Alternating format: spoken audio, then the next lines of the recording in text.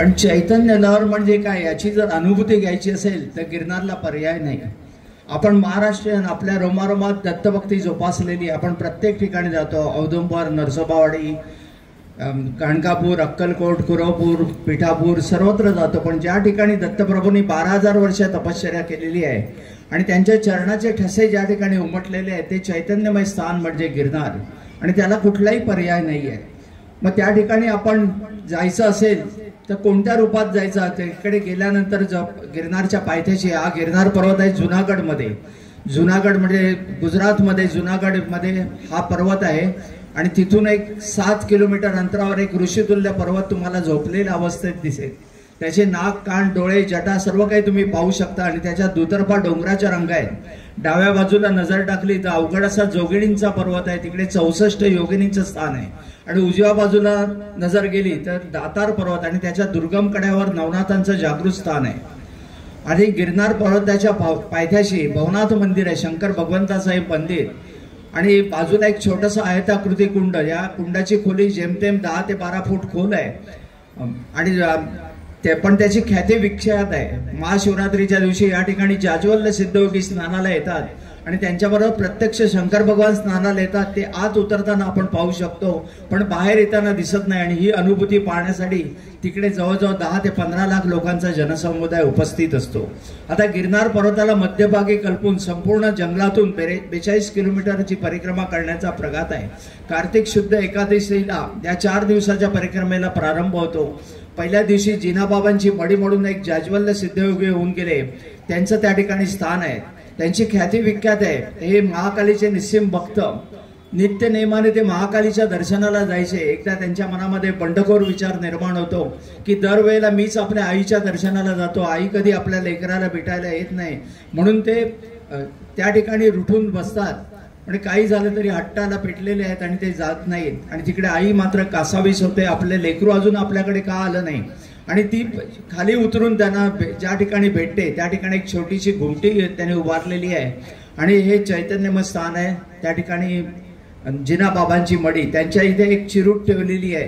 ती चिलीम अवकाश मार्गाने गुरुशिखरावर आणि तिथून दातार पर्वतावर जायची अशी आख्यायिका आहे. आणि ते आजही आपल्या भक्तांना त्या ठिकाणी कुठे ना कुठेतरी मदत करतात. याची जाणीव तिकडे गेल्यानंतर तुम्हाला झाल्याशिवाय राहत नाही.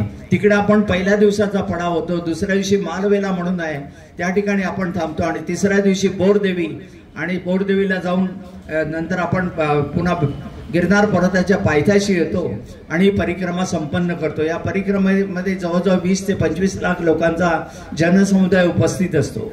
असं हे चैतन्यमय स्थान आहे गिरनार. पण त्याच्या पायथ्याशी आपण आलो.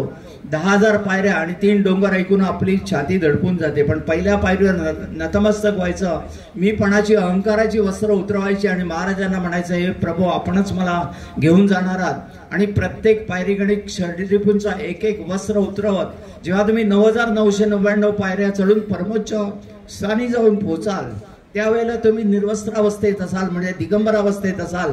आणि त्याच वेळेला दत्त दिगंबराचं दर्शन तुम्हाला अभिप्रेत आहे. अन्यथा फक्त होतील त्या फक्त वाऱ्या. बरीच जण जातात, 2-4 वाऱ्या झाल्या की कॉलर टाईट करतात. असला प्रकार तिकडे चालत नाही. मीपणा अहंकाराला तिकडे कुठेही थारा नाही. एखादी वृद्ध स्त्री दत्तनामाच्या गजरामध्ये किंवा गिरनार पर्वत चढून जाईल हे तिचं तिला कळणार नाही. पण एखादा अहंकारी तरुण म्हणेल मी हा म्हणता गिरनार पादांकरण करेन, अशा महाभागांना 500-1000 पायऱ्यांवरून महाराजांनी परतवून लावलेलं आम्ही पाहिलेलं आहे. तिकडे मीपणा अहंकाराला कुठेही थारा नाही आहे. आता गिरनार पर्वत जेव्हा चढायला तुम्ही सुरुवात करता तर 2000 पायऱ्या चढून गेल्यानंतर राजा भर्तृहरी आणि राजा गोपीचंद या दोघा चिरंजीवी सिद्धयोगांची त्या ठिकाणी तपोभूमी आहे. दत्तप्रभूंच्या आदेशानुसार गोरक्षनाथांनी त्यांना त्या ठिकाणी तपश्चर्याला बसवलेलं होतं. पुढे 4000 पायऱ्या चढून गेल्यानंतर नेमिनाथ भगवान म्हणजे जैन तीर्थंकर आणि श्रीकृष्ण भगवंताचे चुलत भाऊ यांचं त्या ठिकाणी मंदिर आहे. आणि पहिल्या डोंगराच्या टोकावर म्हणजे 5000 पायऱ्या चढून गेल्यानंतर जागृत असं अंबाजीचं स्थान आहे. अंबाजी म्हणजे पार्वती माता आणि गिरनार पर्वताची बहीण आपल्या भावाच्या रक्षणार्थ तिथे वसलेली आहे. आणि 51 शक्तिपीठांपैकी ते एक शक्तिपीठ आहे. अंबाबाजी पासून समोर नजर टाकली का 2 डोंगरांचे 2 सुळके तुमच्या नजरेसमोर येतात. पहिला आहे गोरक्षनाथांचं शिखर ज्याची उंची आहे 3666 फूट. हे सर्वात उंच ठिकाण आहे. आणि त्याच्या पुढे दिसणारं गुरुशिखर याची उंची आहे 3630 फूट. आणि त्याच्या गुरुशिखरावरून जेव्हा आपण समोर नजर टाकतो तेव्हा तिकडे 3 डोंगर दिसतात आणि 3 डोंगरांवर 3 देवी विराजमान आहेत. एका बाजूला महाकाली बसली आहे, मध्ये रेणुका आहे, तिच्या बाजूला अनुसया. असं हे चैतन्यमय स्थान आहे गिरनार. आणि तिथून जर खाली नजर टाकली तर तुम्हाला कुंड दिसतं, एक कमंडलू कुंड. जेव्हा दत्तप्रभू तिकडे तपश्चर्येमध्ये मग्न होते, खाली दुष्काळ पडलेला आहे, प्रजेचे हाल चाललेले आहेत, अशा वेळेला अनुसया माता त्यांना जागृत अवस्थेत आणते आणि ते आपल्यातलं हातातलं कमंडलू ज्या ठिकाणी फेकतायत त्या ठिकाणी साक्षात गंगा अवतरलेली आहे. आणि ते कमंडलू तीर्थ, बाजूला दिसणारी धुनी ही स्वतः दत्तप्रभूने प्रज्वलित केलेली धुनी आहे. आणि दर सोमवारी या ठिकाणी या धुनी उघडली जाते. आतमध्ये असलेली विभूती बाहेर काढतात. आतमध्ये तुम्हाला जळजळीत निखारे दिसतील. आतमध्ये पिंपळाचे मोठे मोठे ओंडके टाकले जातात. आणि निमिषार्धात महाराजांना आमंत्रित केल्यानंतर निमिषार्धात होळीसारखी प्रज्वलित होणारी ही धुनी ही महाराजांच्या अस्तित्वाची ग्वाही देऊन जाते. असं हे चैतन्यमय स्थान आहे गिरनार. अशा ठिकाणी मी कसा पोहोचलो, तत्पूर्वी मी दत्तभक्तीकडे कसा वळलो. माझा जन्म झालेला आहे चौल या गावी. चौल म्हणजे अलिबाग पासून 14 किलोमीटर अंतरावर असलेलं गाव. पूर्वीची चौल चंपावती नगरी, 360 मंदिर आणि तेवढ्याच पोखरणी, त्यामुळे या स्थानाला दुसरी काशी म्हणूनही संबोधिले जातात. तिथे माझा जन्म झालेला आहे. तरी माझं संपूर्ण शालेय शिक्षण, कॉलेजचं शिक्षण हे मुंबईमध्ये दादर या ठिकाणी झालेलं आहे. शालेय जीवनामध्ये माझ्या काही मित्रांनी गुरु केले, माझ्या मागे लागले, तूही गुरु कर, गुरुशिवाय मार्ग नाही. म्हणाल ते पटत होतं, पण दत्तप्रभूंशिवाय नजरेसमोर कोणी येत नव्हतं. अशा वेळेला एका गुरुपौर्णिमेला महाराजांच्या मंदिरामध्ये गेलो, चाफ्याचं फूल अर्पण केलं आणि महाराजांना म्हटलं की आजपासून आपण माझे गुरु, या लेकराचा सांभाळ करा, आपल्या चरणापाशी बसण्यासाठी मला लायक बनवा. आणि त्या दिवसापासून आजपर्यंत आमचा गुरु शिष्यांचा प्रवास सुरू आहे. मनुष्य स्वभाव कळत नकळत आपल्या हातून चुका घडतात. चुका घडल्या की सक्षम गुरु हातामध्ये दंड धरून तुम्हाला चोपून काढतात. असा मार मी महाराजांकडून बऱ्याच वेळा खाल्लेला आहे. पाठीवर हुराण उठलेले आहेत, पण त्याच्या वेदना मात्र महाराजांच्या अंतःकरणावर उमटलेल्या आहेत. आणि आईच्या मायेने त्यांनी पुन्हा जवळ घेतलेलं आहे. आई आणि बाप या दोघांचं प्रेम ज्या ठिकाणी मिळतं ती गुरुमाऊली, म्हणून आपण गुरुला सर्वोच्च स्थान दिलेलं आहे. असे सक्षम गुरु जीवनामध्ये मिळाले आणि जीवनाचा इतिहास बदलून गेला. कॉलेजचं शिक्षण पूर्ण झालं आणि एशियातल्या लिडिंग कंपनीमध्ये रिसर्च सेक्शनला जॉब मिळाला. IIT युनिव्हर्सिटी सारख्या ठिकाणी ज्ञानार्जन प्राप्त करण्याची संधी मिळाली आणि त्या संधीच्या बळावर त्याच कंपनीमध्ये टेक्निकल डायरेक्टर झालो. पुढे मनामध्ये विचार निर्माण झाला की ज्या चौलच्या भूमीमध्ये आपला जन्म झालाय तिकडे आपला काहीतरी उद्योग व्यवसाय उभा करावा, म्हणून शिवम पॉलिमर नावाची फॅक्टरी ही दत्त जयंतीच्या दिवशी सुरू केली. फॅक्टरीला अभूतपूर्व असं यश येऊ लागलं, कारण हातामध्ये मार्केटिंग होतं, ज्ञानार्जन प्राप्त केलेलं होतं आणि प्रयत्नवादी होतं. आणि या प्रयत्नाच्या बळावर त्या कंपनीला चांगले दिवस येऊ लागले. एका कंपनीतून मटेरियल सप्लाय करायला मी असमर्थ होतो, म्हणून वाशी, तारापूर, वाडा अशा 3-3 ठिकाणी फॅक्टरी भाड्याने घेऊन चालू लागलो आणि यशाच्या उत्तुंग शिखरावर जाऊन पोहोचलो. जेव्हा तुम्ही यशाच्या शिखरावर असता तेव्हा नॅचरली तुमच्यावर स्तुती सुमनांचा वर्षाव होतो, तसा तो माझ्यावर होत गेला. आणि स्तुती अहंकाराची जननी, कुठेतरी त्या अहंकाराला बीजारोपण होत गेला आणि अहंकार वाढीस लागला. आणि अहंकार वाढीस लागल्यावर सक्षम गुरु जे करतात ते दत्तप्रभूने केलेले आहे. हातामध्ये दंड धरलाय आणि आकाशात भरारी मारणार माझं विमान निमिषार्धात जमीनदोस्त झालं. चारी बाजूला फसवणूक झाली, चारी बाजूला आर्थिक संकट ओढवू लागली आणि समोर करोडो रुपयांची फॅक्टरी आहे, पण खिशामध्ये पैसा नाही, अशी दारिद्र्यावस्था निमिषार्धात निर्माण झाली. आणि काल परवापर्यंत जे माझ्या स्तुतीसुमनांचा वर्षाव करीत होते ते माझे मित्र, माझे नातेवाईक, एवढंच काही जन्मदाते आई वडील माझ्याकडे तोंड फिरू लागले. प्रत्येकाला हीच विवंचना होती की हा भिकारी आपल्याकडे काही याचना तर करणार नाही. पण अशा वेळेला मला साथ दिली ती माझे गुरु दत्तात्रयांनी आणि त्यांनी गाणगापूरला जाण्याचे संकेत दिले. मी गाणगापूरच्या पहिल्या वारीवर जाण्यासाठी निघालो. सोलापूरपर्यंतचा प्रवास आम्ही ट्रेनने केलेला आहे आणि सहप्रवासी होते दादरचे स्वामी भक्त. त्यांना मी विचारलं, मला पुढे गाणगापूरला जायचं आहे, पुढला रस्ता कसा आहे? म्हणजे तुम्ही प्रथमच येता का या भागात? म्हटलं मी प्रथमच इकडे आलोय. मग आज गुरुवार आहे, आज माझ्याबरोबर तुम्ही स्वामींच्या मठामध्ये चला, अक्कलकोटला स्वामींचं दर्शन घ्या. आज मठातून पालखी निघेल, ती अटेंड करा. उद्या माझ्याबरोबर मी तुम्हाला तिकडे बसमध्ये बसवून देईन, जी बस तुम्हाला गाणगापूरला नेऊन सोडेल. त्याप्रमाणे मी प्रथम अक्कलकोटला गेलो, स्वामींचं दर्शन घेतलं आणि संध्याकाळच्या सुमारास स्वामींच्या मठातून पालखी घेऊन काही मंडळी बाहेर येत होती. आम्ही सर्वजण बाहेरच्या रिंगणामध्ये उभे होतो. मनामध्ये विचार तळून गेले, किती भाग्यवान लोक आहेत, यांना स्वामींची पालखी वाहण्याचा भाग्य लाभलेलं आहे आणि आपण अभागी असे दूर उभे आहोत. अंतःकरणात उमटलेले विचारांचे सूक्ष्म तरल स्वामींनी टिपले आणि पालखी वाहणाऱ्या ब्राह्मणाचं माझ्याकडे लक्ष गेलं. त्यांनी मला बोलावून घेतलं, म्हणजे पालखी व्हायचं नाही, घ्या पालखी. स्वतःच्या नशिबावर विश्वास बसेल आणि स्वामींची पालखी वाहता वाहता स्वामींनी माझा भार किंवा हलका केला ते कळलंच नाही. दुसऱ्या दिवशी गाणगापूरला जाऊन पोहोचलो. संगमावर गेलो, स्नानासाठी पाण्यामध्ये डुबकी मारली आणि आजूबाजूला वावरणारे संन्यासी पाहून अचंबित झालो. मला वाटलं मला झालेला भास असेल. पुन्हा बाहेर आलो, पुन्हा डुबकी मारली. म्हटलं ते संन्यासी काय हालेनाथ. म्हटलं काहीतरी विलक्षण दिसतंय. पुढल्या पौर्णिमेची मी आतुरतेने वाट पाहू लागलो. पुढल्या पौर्णिमेला मी मंदिराच्या समोर असणाऱ्या भीमभटांच्या घरी गाणगापूरला वास्तव्याला राहिलो. माझ्या बाजूच्या रूममध्ये काही पुणेकर जे नित्यनेमाने गाणगापूरला येत होते, अशा तो 10-12 जणांचा ग्रुप होता आणि त्यांच्या समोर एक काका म्हणून वयस्कर गृहस्थ होते. त्या काकांना मी विनंती केली, काका उद्या पहाटे जर तुम्ही संगमा स्नानाला जाणार असलात तर कृपा करून मला बोलवा. मी स्नान उरकून पहाटेची आरती अटेंड करू इच्छितोय. ते म्हणाले अवश्य बोलवतो. ते त्यांच्या रूममध्ये झोपी गेले, मी माझ्या रूममध्ये झोपलो होतो. पहाटेच्या सुमारास दरवाजा ठोठावला गेला. डोक्यावर आडवी टोपी घातलेले काका समोर उभे होते. मला विचारतात येताय ना तुम्ही स्नानाला. मी तयारी केली, त्यांच्या समवेत निघालो. म्हटलं आपल्या बरोबरची बाकीची मंडळी कुठे आहेत. म्हटले ते सगळे मागावून येतील, ते सगळे झोपलेले आहेत, आपण पुढे जाऊया. आम्ही दोघेही संगमावर गेलो. पाण्यामध्ये उतरलो आणि आजूबाजूचा परिसर हा सुगंधाने न्हावून निघालेला होता. स्नान उरकलं आणि आम्ही मंदिराच्या दिशेने येऊ लागलो. जसा मंदिराच्या दिशेने येऊ लागलो तर काका म्हणाले की तुम्ही पूजेची तयारी करून या. म्हटलं आपण कुठे जात आहे. मी मंदिरात जाऊन बसतोय आणि ते मंदिराच्या दिशेने निघून गेले आणि मी माझ्या रूममध्ये आलो. पूजेचं साहित्य जमा करीत होतो. पुनश्च दरवाजा ठोठावला गेला. दरवाजा उघडला तेव्हा पाहतोय की समोर काका उभे होते आणि त्यांच्या समोर 10-12 जण उभे होते आणि काका मला सांगतायत आज आम्हाला उठायला उशीर झालाय, आता आम्ही संगमा स्नानाला चाललोय, आपण येणार का. मी अचंबित झालो. मी कोणत्या काकांबरोबर स्नान उरकून आलो. प्रत्येक पौर्णिमेला एक वेगळी अनुभूती येऊ लागली. अशा 5 पौर्णिमा तिकडे संपन्न झाल्या आणि 6वी पौर्णिमा गुरुपौर्णिमा प्रत्येक गुरुभक्तासाठी एक अनमोल क्षण. त्या दिवशी आपण आपल्या गुरुच्या चरणापाशी शरणागती स्वीकारायची, गुरुदक्षिणा ठेवून पुढील वाटचालीसाठी त्यांचा आशीर्वाद घ्यायचा असा प्रघात. पण गाणगापूरला आपण महाराजांच्या चरण कमलावर नतमस्तक होऊ शकणार नाही ही खंत मनामध्ये होती आणि अशा द्विधा मनस्थितीत असताना 4 दिवसांवर पौर्णिमा येऊन ठेपली होती. आणि पहाटेच्या सुमारास दृष्टांत झाला की गिरनारला आहे म्हणून. पण त्यावेळेला गिरनार कुठे आहे किंवा काय याविषयी मी अनभिज्ञ नव्हतो. सकाळी उठलो आणि दादरच्या स्वामी समर्थांच्या मठामध्ये गेलो होतो. मठातून बाहेर पडत असताना बाहेरच्या बाजूला एक बुक स्टॉल आहे, त्याच्यावर एक छोटं पुस्तक होतं गिरनार दर्शन म्हणून. भांडुपला राहणारे हरी दहातोंड नावांचे गृहस्थ ज्यांनी दरवर्षी याच्याप्रमाणे 21 गिरनारच्या वाऱ्या केलेल्या होत्या, त्यांचा संक्षिप्त वृत्तांत मी वाचून काढला. त्यांना फोन केला, म्हटलं मला गिरनारला जायचं आहे, कृपा करून मार्ग सांगा. ते म्हणाले अवश्य सांगतो, पण या पावसाळ्याच्या दिवसात तिकडे जाऊ नका, निसर्ग झालेलं असतं, वृक्ष उन्मळून पडतात, कडे पडतात, तेव्हा या दिवसात तिकडे जाण्याचा साहस करू नका. तुम्हाला जायचं असेल तर नोव्हेंबर-डिसेंबर म्हणजे दिवाळीनंतरचा कालावधी तिकडे जाण्यासाठी योग्य आहे, तोपर्यंत प्रतीक्षा करा.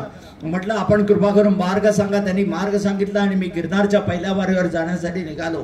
राजकोटपर्यंतचा प्रवास आम्ही ट्रेनने केलेला आहे. पुढील प्रवासासाठी वेरावळ बसमध्ये बसलोय आणि सहप्रवासी होते मुंबईकर जैन. त्यांनी मला विचारलं कहाँ जा रहे हैं. बोला गिरनार जा रहा हूँ. गिरनार पे कहाँ जाओगे. गुरु दत्तात्रेय. बोला ये तो बहुत ही कठिन यात्रा है, 10,000 पगथिया चढ़ना है. हमारा नेमिनाथ भगवान 4,000 पगथिया पे है, फिर भी हम लोगों को तकलीफ होती है, आपको तो पहुंचते पहुंचते रात हो जाएगी. इससे बेटर है कल सुबह आप गिरनार चढ़िए. आज अभी वेरावल बस में बैठे हैं तो क्यों ना वेरावल जाते हैं. वहां से 7 किलोमीटर डिस्टेंस पे सोमनाथ बाबा का मंदिर है, म्हणजे 12 ज्योतिर्लिंगांपैकी उनका दर्शन कीजिए. फिर से 100 किलोमीटर पीछे आइए और कल सुबह गिरनार चढिये. त्याप्रमाणे मी प्रथम सोमनाथाला गेलो, सोमनाथाचं दर्शन घेतलं आणि जेव्हा मी गिरनारच्या पायथ्याशी आलो तेव्हा अंधार पडलेला होता आणि रात्रीच्या चंद्रप्रकाशात न्हावून निघालेला गिरनार पर्वत पाहिला. मनामध्ये एक वेगळा आनंद उचंबळून आला की याच पर्वतावर कुठेतरी माझे गुरु दत्तात्रय आहेत आणि उद्या मला त्यांचं दर्शन घडणार आहे. आणि या मनस्थितीत रात्री झोप लागणं शक्य नव्हती. सकाळी लवकर उठलो आणि गिरनार चढायला सुरुवात केली आणि काही पायऱ्या चढून गेल्यानंतर मला जाणवलं मला चालणं अशक्य आहे. प्रत्येक पायरीकडे पायातून वेदना येत होत्या. चौलला जेव्हा मी फॅक्टरीतून निघालो होतो तर माझ्या पायाच्या खोटेला मोटरसायकलची किक एवढ्या जोरात लागली होती की पायाची खोट सुजली होती आणि प्रवासादरम्यान याच्या वेदना वाढल्या होत्या. अत्यंत मुश्किलीने मी 500 पायऱ्या चढून गेलो. नंतर एकही पाऊल पुढे पडेना. मेंदूपर्यंत कळा जाऊ लागल्या. असहाय्य होऊन मी खाली बसलोय. मनामध्ये विचार तळून गेले, आज गुरुपौर्णिमे आणि मी माझ्या गुरूंचं दर्शन घेऊ शकत नसेल तर या देहाला काही किंमत नाही. त्यापेक्षा याच पायरीवर डोकं आपटून प्राण द्यावा अशी मानसिकता तयार झाली. आणि त्याच वेळेला माझ्या पाठीवर थाप पडली. एक वृद्धग्रस्त माझ्या मागे उभे होते. ते मला विचारतात क्या हो गया. त्यांच्या लक्षात आलं हा माणूस रडतोय. बोला क्यों रो रहे. बोला मुझे गुरु दत्तात्रेय जाना है, 9,500 पगथिया चढ़ना है, लेकिन मेरे से एक कदम भी आगे नहीं चला जा सकता है. ते मंदपणे हसले आणि म्हणाले, जिसके दिल में श्रद्धा भक्ति और दृढ़ता है उसको दर्द क्या चीज है. मैं बूढ़ा इंसान है, मैं चल सकता हूं तो तुम क्यों नहीं चलोगे. त्यांनी जबरदस्तीने दंडाला धरून उठून उभं केलं आणि त्यांच्या समवेत मी चालू लागलो. ते पाजत असलेले बोधामृत म्हणाला पाजत होतो. ते म्हणाले, वृक्ष बघा कसे, त्यांना तुम्ही पाणी द्या, खत द्या किंवा देऊ नका, ते तुम्हाला फळफुलं देत असतात. ते उन्मळून पडले तरी सर्वतोपरी आपण त्यांचा वापर करतो. ते स्वतः उन्हामध्ये तापत असतात पण तुम्हाला सावली देतात. असं त्यागी समर्पित जीवन जग असा संदेश त्यांनी मला दिला.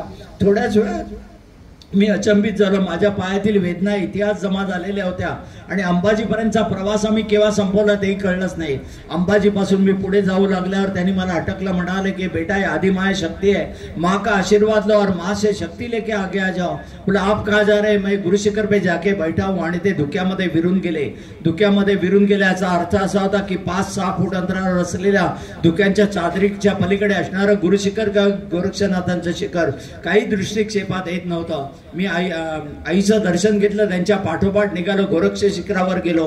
गोरक्षनाथांचं दर्शन घेतलं आणि आयुष्यात प्रथमच जेव्हा मी गुरु शिखरावर पाय ठेवले, समोर महाराजांचे चरण कमल पाहिले आणि मी स्वतःला आवरू शकलो नाही. ते चरणावर मी साष्टांग दंडवत घातला.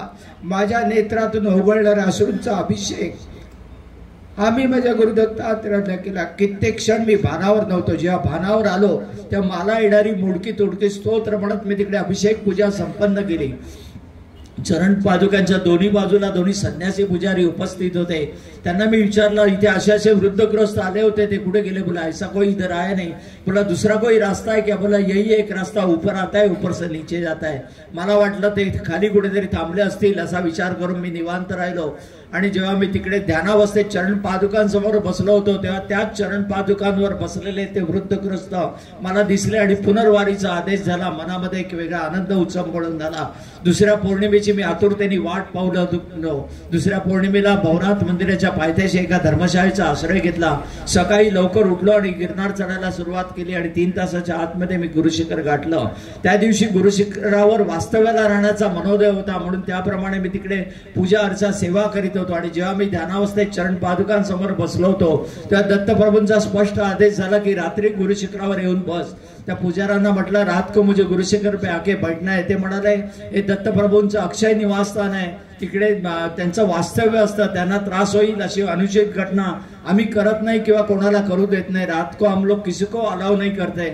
मी अति आग्रह केला. बोला हमारे हाथ में कुछ नहीं है. शाम को 7 बजे हम लोग दत्तधुनी आश्रम में जाएंगे. उधर जो स्वामी जी है, महंत है, उनको आप पूछे, उन्होंने आपको अनुज्ञा दी तो आप ऊपर आके बैठ सकते हैं. संध्याकाळी 7च्या सुमारास आम्ही दत्तधुनी आश्रमामध्ये जाऊन पोहोचलो. तिकडे उग्र चेहऱ्याचे स्वामीजी बसलेले होते. त्यांना मी विचारलं, स्वामीजी मुझे रात में गुरुशिखर पे जाके बैठना है. त्याने मला नखशिकांत न्यायालय विचारलं, कहाँ से आ गया. बोला बंबई से. तो यहाँ प्रसाद भोजन ले लो, विश्राम करो, कल बंबई निकल जाओ. मी निरुत्साही झालो तरी धीर करून म्हणालोय, दत्तप्रभू का आदेश आहे. मग मात्र ते गंभीर झाले आणि 5 मिनिटांनी म्हणाले की जैसे प्रभू की इच्छा, प्रसाद भोजन लेके निकलो. रात्री 9-9:30च्या सुमारास मी दत्तधुनी आश्रमामधून बाहेर पडलो करा. पण त्यावेळेला गुरुशिखरावर परिस्थिती कशी होती. त्या गुरुशिखरावर कोणत्याही प्रकारचं मंदिर नव्हतं, लाईट नव्हती, मूर्ती नव्हती, आजूबाजूला कठडे नव्हते. तर काय होते, चरण पादुका आणि त्यांच्या समोर 5-6 माणसं दाटीवाटीने बसू शकतील एवढीच जागा. जर तुम्हाला प्रदक्षिणा घालायची झाली तर डाव्या बाजूने दगडांचा कडेकबरांचा आधार घेत 4-4.5 फूट खाली उतरायचं. दगडातूनच वाटचाल करीत अर्धवर्तुळाकार फिरायचं आणि पुन्हा 4-4.5 फूट वरती यायचं. मध्ये असणारी गणेशाची आणि मारुतीची मूर्ती, मध्ये असणारी भली मोठी घंटा, इकडून वरती येऊन आपण आपली प्रदक्षिणा पूर्ण करायची. 3,500 3000 फुटांपेक्षाही उंचीचं ठिकाण, त्यामुळे वाऱ्याचा वेग ट्रिमेंडस. रात्रीच्या सुमारास हेच वारे द्विगुणित वेगाने वाहतात. आजूबाजूला कठडे नसायचे आणि जर तुमचा तोल गेला तर तिन्ही बाजूच्या दऱ्या, कारण पायऱ्यांचा रस्ता सोडला तर तिन्ही बाजूला फक्त दऱ्या होत्या आणि जर तिन्ही बाजूच्या दऱ्या तर तुम्हाला स्वाहा म्हणून गिळंकृत करायला तयार. पावसाळ्याच्या दिवसात वरती छप्पर नाही, मंदिर नाही, त्यामुळे अविरत तिकडे पाऊस पडत असायचा. गुरुशिखर नेहमी चिंब भिजलेल्या अवस्थेत असायचं. अशा प्रतिकूल परिस्थितीत दत्तधुनी आश्रमामधून मी बाहेर पडलो खरा, पण थोड्याच वेळात आलेल्या पावसाच्या सरीने मी चिंब भिजून गेलो आणि त्याच्या जोडीला असलेल्या वाऱ्यामुळे माझं सर्वांग शरीर हे थंडीने कापत होतं. कसं मी अर्ध अंतर पार केलं असेल आणि समोरून 15-20 फुटांवरून खाली उतरणारा सिंह दृष्टिक्षेपात आला. मन भीतीने गोठून गेलं. काय करावं ते कळेना. वाघ म्हटला तरी खातो, वाघोबा म्हटला तरी खातो. अशा वेळेला महाराजांचं नाव घेऊन मी मृत्यूच्या दिशेने पाऊल पुढे टाकलं. जसं मी पाऊल पुढे टाकलं तो सिंह दरीत उतरून निघून गेला आणि हा माझ्या जीवनातला पहिला टर्निंग पॉइंट ठरला. चिंतन श्री गुरुदेव दत्त. जय गिरनारी. मी गुरुशिखर गाठलं खरं, पण तिकडे बसणं अत्यंत अशक्य होतं. वरून पाऊस पडत होता, त्याच्या जोडीला वारा, सर्व शरीर थंडीने कापत होतं. मी चरण पादुकांच्या समोर आसन घेऊन बसलोय, पण तिकडे बसणंच अशक्य वाटू लागलं, कारण सर्वांग थंडीने कापत होतं. बराच काळ मी प्रतीक्षा करून तिकडे नेटाने बसून राहिलो. शेवटी पळपुट मन म्हणू लागलं, गुरुच्या आज्ञेने वरती आलेल्या आता मुकाट खाली उतर, दत्तधुनी आश्रमामध्ये जा, ओली वस्त्र बदल, शेकोटीची ऊब घे आणि स्वतःला पांघरात झोकून दे. पण अंतःकरणात दडलेल्या त्या वेड्या पिरांनी, त्या वेड्या मनाने उचल खाल्ली. ते वेडं मन म्हणू लागलं, स्वतःला गुरुभक्त म्हणवतोस तो कोणत्याही परिस्थितीत गुरुच्या आज्ञेचं उल्लंघन करू नकोस. किती प्रतिकूल परिस्थिती आली तरी इथून पलायन करायचं नाही. अगदी थंडीने कुडकुडून मेलास तरी चालेल, पण इथून हलायचं नाही. अशी दृढता जेव्हा अंतःकरणातून बाहेर पाझरली, तेव्हा त्या दृढतेमुळे त्या प्रतिकूल परिस्थितीचा सामना करण्याची शक्ती शरीराला प्रदान केली गेली. आणि रात्रभर मी तिकडे तग धरून बसलो आणि ब्रह्ममुहूर्तात तिकडेच असलेल्या जलपात्रातून मी अभिषेकाची धार महाराजांच्या चरण पादुकांवर धरली. आणि जशी ही धार महाराजांच्या चरण पादुकांवर धरली, त्या चरण पादुकांमधून एक दिव्य ज्योत बाहेर पडली आणि बाल्यावस्थेतील त्रिमूर्तीचं मला प्रथम दर्शन घडलं.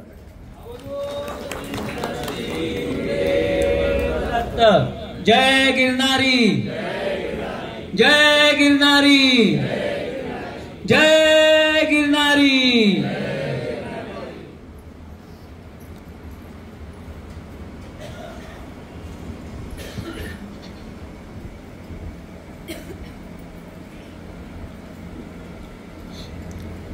आताच तुम्हाला सांगितलं की दातार पर्वत तिकडे आहे आणि दातार पर्वत पर्यंत पायऱ्या आहेत, पण त्याच्या पुढे नवनाथांचं जागृत स्थान आहे आणि त्या ठिकाणी त्यांचं वास्तव्य होतं.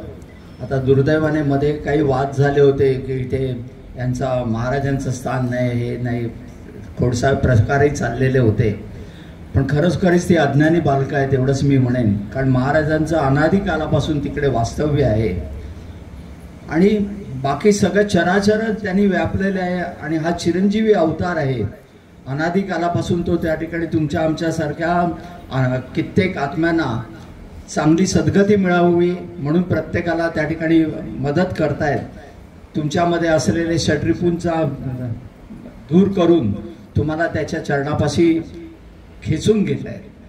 गिरनार तेच काम करतं. एखाद्या लोहचुंबक जसं आपल्याला खेचतं, जरा तुम्ही एकदा पहिल्या वेळेला गेलात की पुढल्या वेळेला तुम्हाला किती पाय दुखले तरी हळूहळू का होईना पुढल्या वेळेला 2-4 दिवसानंतर वाटतं की पुन्हा एकदा जावं आपण. ही एक ओढ लागलेली असते आपले गिरनारच्या प्रती. ही ओढ कशामुळे? तुमच्यामध्ये असलेले सात्विक भाव हळूहळू बाहेर पडतात आणि त्याच्यामुळे तुम्हाला ते आकृष्ट करतात. तुमच्या अंतःकरणात असलेला षड्रिपूंचा कचरा नाहीसा करतात आणि तुम्हाला त्यांच्या समोरून मितूपणाची बोळवण करून आपल्याला तिकडे जायचं आहे अशा रीतीने ते आपल्याला जवळ करत असतात. फक्त आपल्याला दुर्दैवाने काय वाटतं की संकट आले का आपण घाबरून पळतो. गुरु संकट देणार, तुमचे प्रारब्ध भोग मिटवल्याशिवाय तुम्हाला पुढे जवळ घेणार नाही.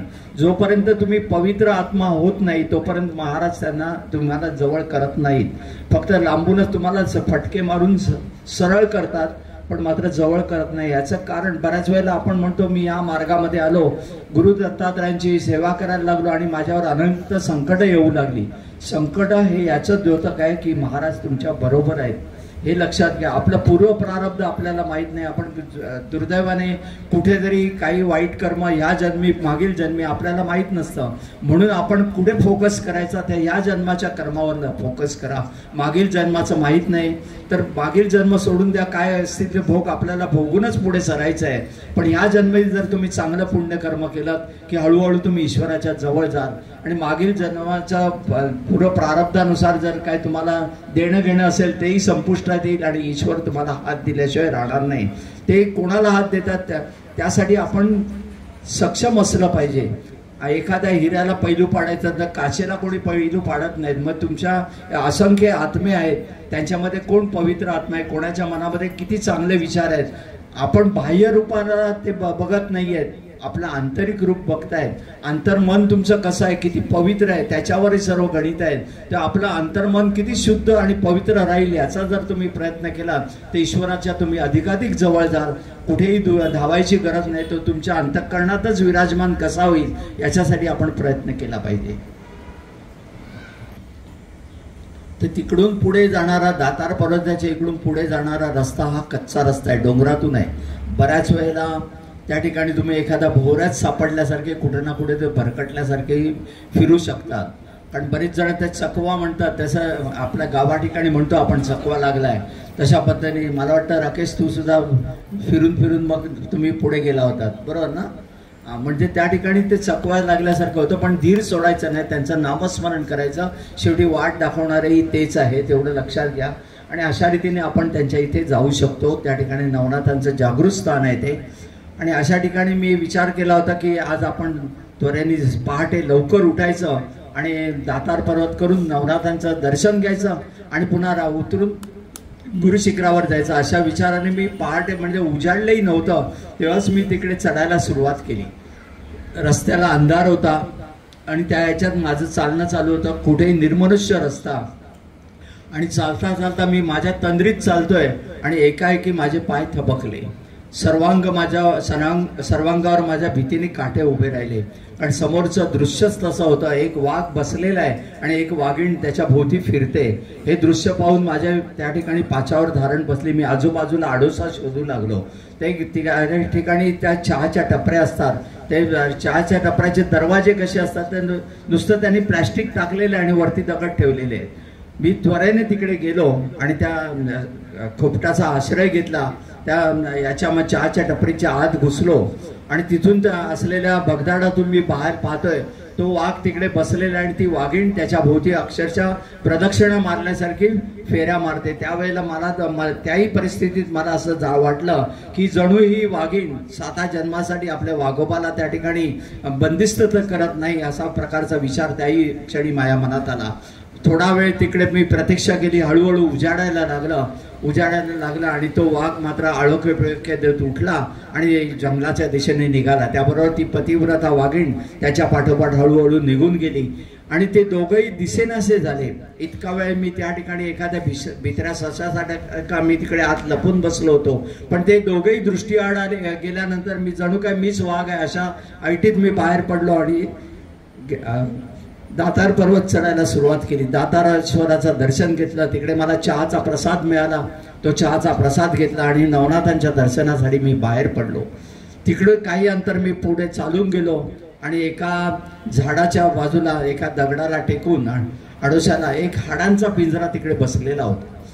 ते संन्यासीच होते आणि नुसता हाडांचा पिंजरा, त्यांच्या अंगावर मांस आहे किंवा नाही हा संशोधनाचा विषय ठरेल असा तो हाडांचा पिंजरा तिकडे जेमतेम करून त्याला झाडाला टेकून बसलेला होता. ते बसलेला पाहिला आणि मी त्यांच्या जवळ गेलो.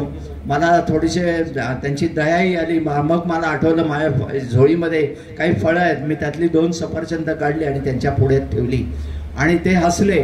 त्यावर मी म्हटलं मैं नाथ जी के दर्शन के लिए जा रहे. ते बोला नाथ जी के लिए किसका दर्शन चाहिए, गोरक्षनाथ जी का दर्शन चाहिए क्या? आणि मी इतक्या सहजगत्या त्यांनी विचारलं की तोंडातून शब्द निसटले, हा चाहिए करके. आणि ते त्यांच्या शरीराला विपरीत अशा वेगाने उठून उभे राहिले. आणि बोला चलो आओ मेरे पीछे. ते पुढे चालू लागले, त्यांच्या पाठोपाठ मी जाऊ लागलो.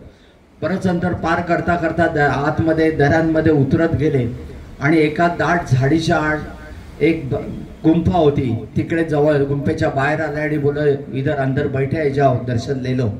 आणि जसा मी तिकडे आत गुंफेमध्ये गेलो, आतमध्ये धुनी पेटवलेली होती. व्याघ्राजिनावर गोरक्षनाथजी बसलेले होते. मी तिकडे आत गेलो आणि स्तंभित होऊन मी त्या ठिकाणी उभा राहिलो. थोड्या वेळानंतर त्यांची ध्यानावस्थेतून ते बाहेर आले, माझ्याकडे पाहिलं, एक स्मित हास्य केलं आणि जवळ बोलवून त्यांनी मला समोर बसायला सांगितलं. मी त्यांच्या पुढ्यातच जाऊन बसलो. त्याबरोबर त्यांनी मंद स्मित करत माझ्या डोक्यावर हात ठेवला आणि परमानंदाची टाळी लागली. आणि त्या याच्यामध्ये मी असा वाहून गेलो की वेळ काळ स्थळ कशाचंही मला भान राहिलं नाही. जेव्हा मी भानावर आलो त्यावेळेला अंधार पडायला सुरुवात झाली होती. मी उठून पाहिलं तर गोरक्षनाथांची स्वारी कुठे दिसत नव्हती. पण तिकडे एका पानावर मगाशी थोड्या वेळापूर्वी मी ज्या संन्यासांना जी 2 फळं दिली होती त्यातलं एक फळ त्या पानावर ठेवलेलं होतं. ते प्रसाद म्हणून मी घेतलं आणि त्वरेने मी तिकडून निघालो आणि गिरनारच्या पायथ्याशी आलो. रात्रीच गिरनार चढून मी गुरुशिखरावर जाऊन पोहोचलो. रात्रभर गुरुशिखरावर साधना झाली. ब्रह्ममुहूर्तावर अभिषेक पूजा संपन्न केली. आजपर्यंत महाराजांनी जवळजवळ 8-9 वर्ष माझ्याकडून ब्रह्ममुहूर्तावर तिकडे अभिषेक पूजा गुरुशिखरावर करून घेतली. पण आता आपल्याला तिकडे लांबूनच दर्शन दिलं जातं, जवळ जाता येत नाही. पण तो एक वेगळं काय हे होतं आणि तो वेगळा आनंद आजही मी त्या आनंदाला लक्षात आला की मी त्यात वाहून जातो. कारण एक वेगळा परमानंद त्यांच्या चरणावर जेव्हा हात ठेवतो. बऱ्याच वेळेला मी थंडीत पावसामध्ये त्या ठिकाणी बसलेलं असायचं आणि थंडीने अक्षरशः शरीर कुडकुडायचं, कारण तिकडे मंदिर नव्हतं, काही नव्हतं आणि रात्रभर बसून साधना करायची. आणि अशा वेळेला थंडी वाजायला लागली की फक्त त्या चरण पादुकांवर हात ठेवायचा आणि महाराजांना साकडं घालायचं की बाबा मला थंडी वाजते, आणि बाबा धावत यायचे. अंगातून उष्णतेची चैतन्याची लहरच्या लहर फिरायची आणि 2 तास तिकडे बसायला मी उद्युक्त होत होतो. पुन्हा थंडी वाजली का पुन्हा बाबांना पाचारण करायचं आणि बाबा पुन्हा धावत यायचे. अशा रीतीने महाराजांनी ही सेवा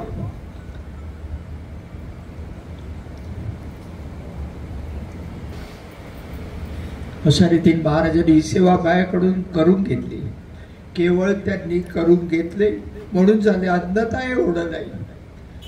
त्याची पूर्ण खुडगाठ मनाशी बांधलेली आहे. सगळी नाती गोती मी पाहिलेली आहेत, आई बाप भाऊ बहीण. पण महाराजांसारखं प्रेम या त्रैलोक्यात कोणी करू शकत नाही, याची खुडगाठ लिहून ठेवा.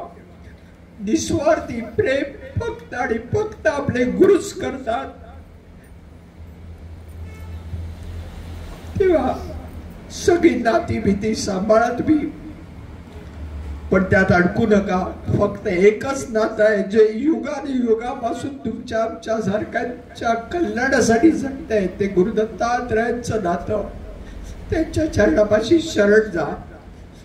त्यांच्याकडे काही मागायचं नाही, कारण ते स्मर्तुगामी आहेत. त्यांना माहित नाही 17 लोक्यात काही होऊ शकत नाही.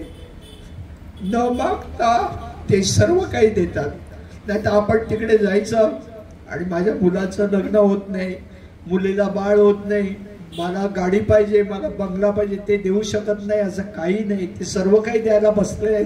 दत्त म्हणजे दाता, द्यायलाच ते बसलेले, पण घ्यायला आपले हात समर्थ नाही. आपण तिकडे जाऊन काय मागायचं आहे तर काहीच मागू नका, कारण ज्ञान आणि वैराग्य देणारे ते दैवत आहे. मोक्ष देणारे ते दैवत आहे. मोक्ष म्हणजे तरी काय, मोहाचा क्षय होतो तो मोक्ष. म्हणजे तुमच्या अंतःकरणात असलेला षड्रिपूंचा कचरा काढून बाजूला काढून टाकतात ते आणि तुम्हाला त्यांच्या चरणापाशी बसायला लायक बनवतात. तुमच्या आत्म्याचं कल्याण कशात आहे हे आपल्यापेक्षा त्यांना जास्त ज्ञात आहे. म्हणून तिकडे काही मागायचं नाही, जाऊन फक्त शरणागत भाव ठेवा. पण तो शरणागत भाव सुद्धा कसा शुद्ध पाहिजे.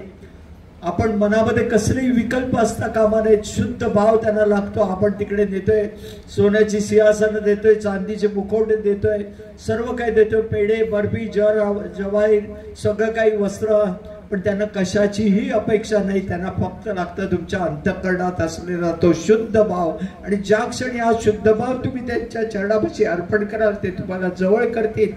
आणि मग त्या त्रैलोक्यात एकदा त्यांनी आपला हात पकडला की कोणी हात पकडायची गरज नाही. ते तुमचा बेडा पार करूनच तुम्हाला देतील. याची गुणगान बाळगा.